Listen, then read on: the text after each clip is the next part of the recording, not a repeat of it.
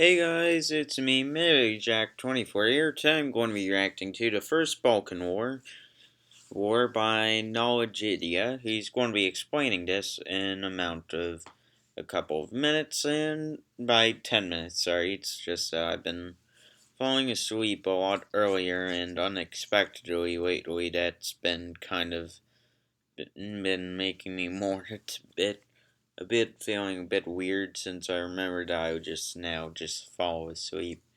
Just fall asleep randomly, even though like I should be up like around 9. Somehow I'm falling asleep before that, which is kind of confusing. Anyways, let's begin. Oh, all the copyright belongs to Knowledgia.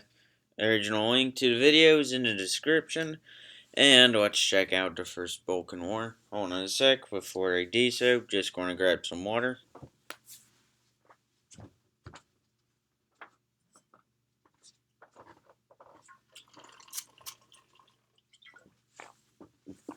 Oh, and that's all. Anyways, let's begin.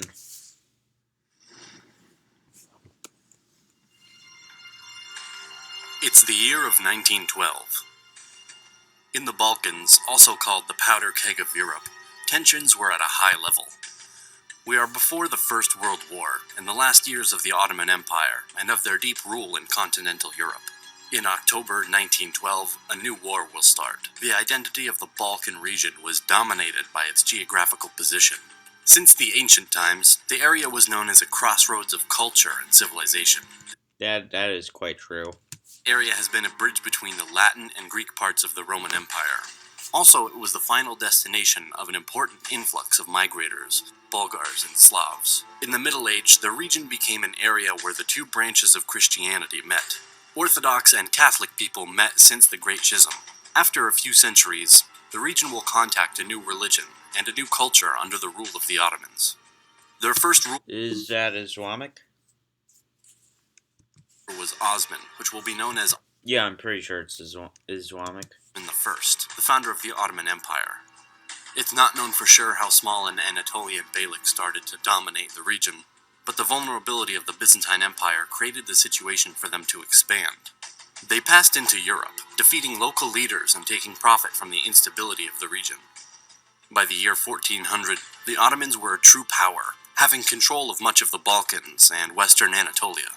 For the next centuries, the Ottoman Empire will expand even further and will rule the Balkans for more than 400 years. Well, I mean, if you're ruling the Balkans, you get to rule a great place. No, if you rule the Balkans, you get to rule a great portion of Europe. The majority of the people living in the area were Christians, speaking a different language, having another culture. The differences between the Turkish culture and the Balkan ones were huge. The Ottomans reached their peak in the 16th century, but in the next ones, their military system fell behind that of their European rivals. That can be kind of an issue. Suffered military defeats in the 18th and 19th centuries. Also, rebellions started to happen, especially due to the rise of nationalism. A popular sentiment. Nationalism's basically patriotism, but to the extreme level, which kind of is a bit scary. Which changed the history of Europe. 19th century was a period of rebellions in the Balkans. Serbs, Greeks, Romanians, Bulgarians, and others revolted in a way or another against the Ottoman rule.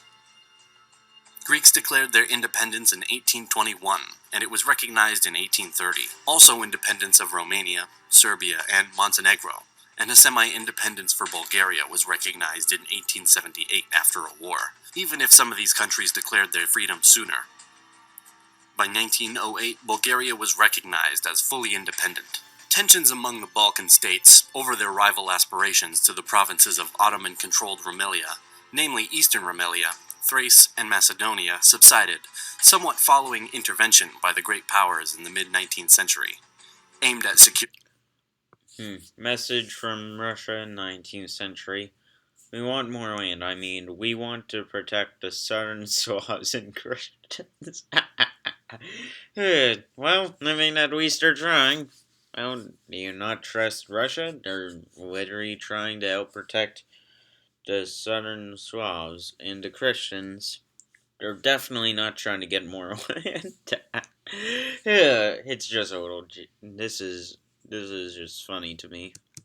Both more complete protection for the province's Christian majority and protection of the status quo.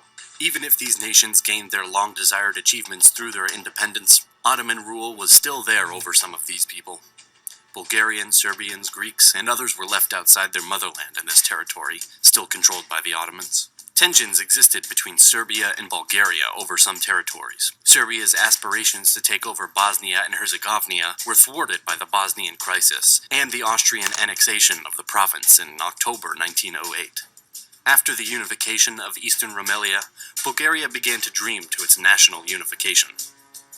A large army was developed, but Bulgaria could not win a war alone against the Ottomans. On March 13, 1912, Serbia and Bulgaria signed a treaty which assigned Northern Macedonia to Serbia and Southern Macedonia to Bulgaria. In May 1912, Greece and Bulgaria signed a similar treaty, making use of the military actions against their common enemy. Montenegro's attachment to the League was secured by an informal arrangement with Bulgaria and Greece, and I'm not gonna lie, I usually forget about Montenegro. I'm sorry for anyone from Montenegro, it's just that generally that because of your country's name and geographical location, I always forget since the Balkans are not exactly my strong point to figure out throughout Europe. with Serbia concluded in September 1912, but Bulgaria refused to commit to any agreement on the distribution of territorial gains, unlike its deal with Serbia over Macedonia. Bulgaria believed that its army would be able to occupy the larger part of Macedonia and the important port city, Thessaloniki, before the Greeks. In 1911, Italy had launched. Well, the Ottomans don't look that defeated. Well, now Italy's going to actually do some conquering now.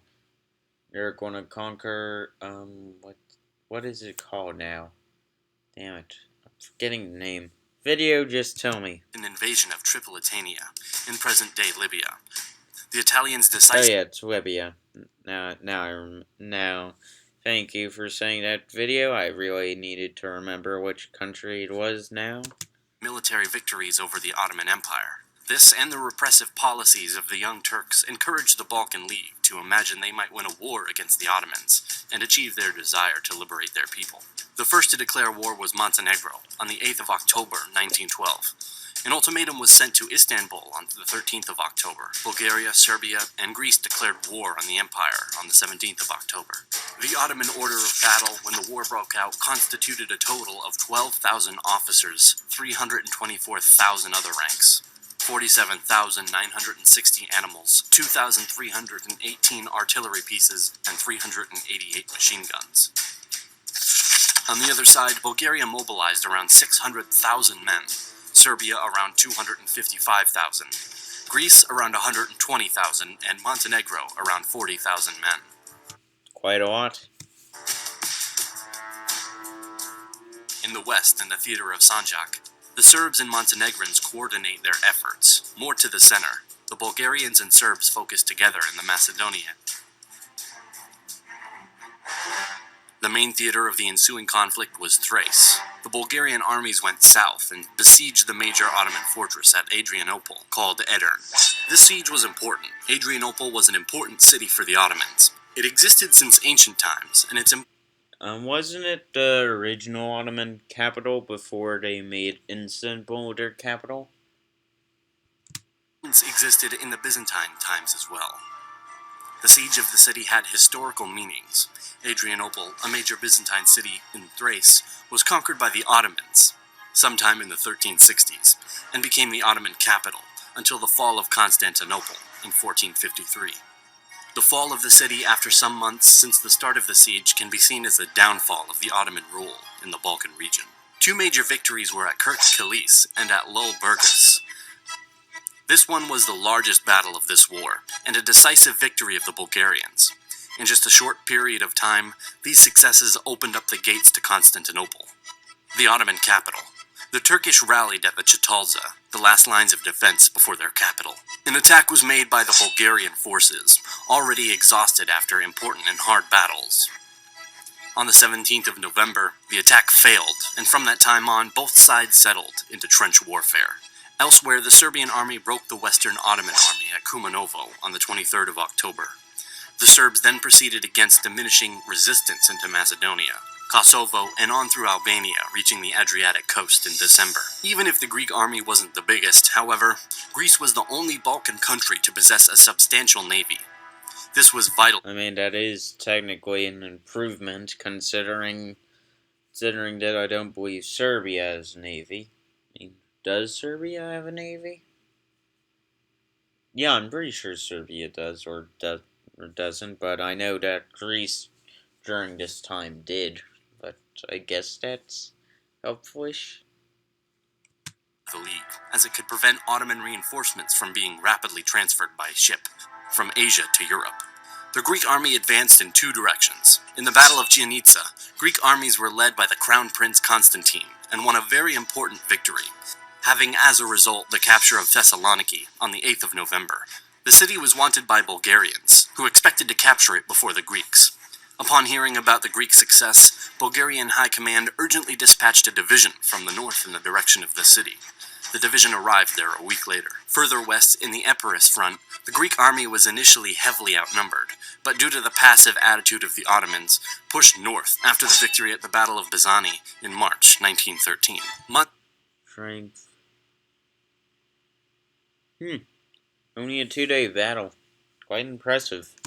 Migrant forces moved into the Sanjak of Novi Pazar and besieged the northern Albanian town of Scutari. The Ottomans signed an armistice with Bulgaria, Montenegro, and Serbia on the 3rd of December. Greek military operations continued. By this time, Ottoman rule was limited to the three besieged towns of Adrianople, Janina, and Scutari, the Gallipoli Peninsula, and eastern Thrace behind the Çatalca lines. While fighting took place at Adrianople, Scutari, and Janina, the armistice was signed, and a peace conference met at London in December 1912.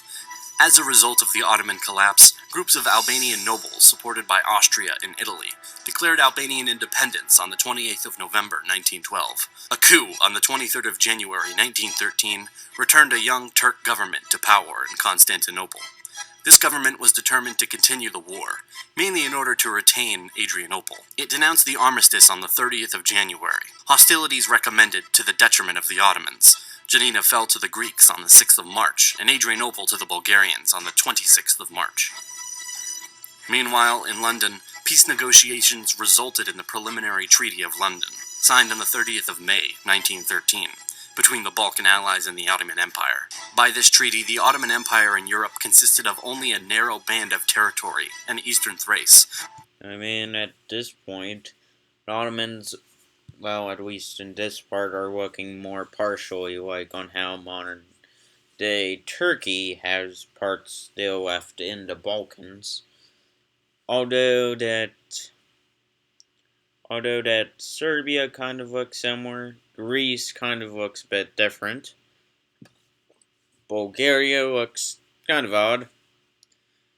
And Montenegro just looks like normal. To their capital. In the war, Ottoman army was quickly and decisively defeated, as the Balkan forces drove the Turks from almost all of their territory in the southeastern Europe over the course of a month.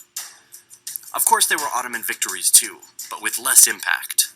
The internal problem of the Ottomans, the instability of some territories, the wars and exhaustion of the Ottoman state, as well as the large and vulnerable borders in Europe contributed to their defeat in the end. At peace conferences over the course of the next several months, an agreement was reached. Macedonia was partitioned between the victors of the First Balkan War. The peace concluded on May 30th, 1913. But the story of the Balkan Wars does not end there. Bulgaria wasn't so happy. They imported territories, but felt cheated out of their claims by Serbia and Greece. This will be the foundation stone for the next Balkan War. Well, I mean, the Second Balkan War is what's going to essentially lead into World War I. And the Third Balkan War is technically a part of World War I, which, confusingly itself, is a mixture of territories fighting each other due to Europe fighting each other all across the world, which kind of sounds like the 7 Years' War all over again, minus the fact that this one was far deadlier than the other one. Anyways, I'll see y'all later. Goodbye.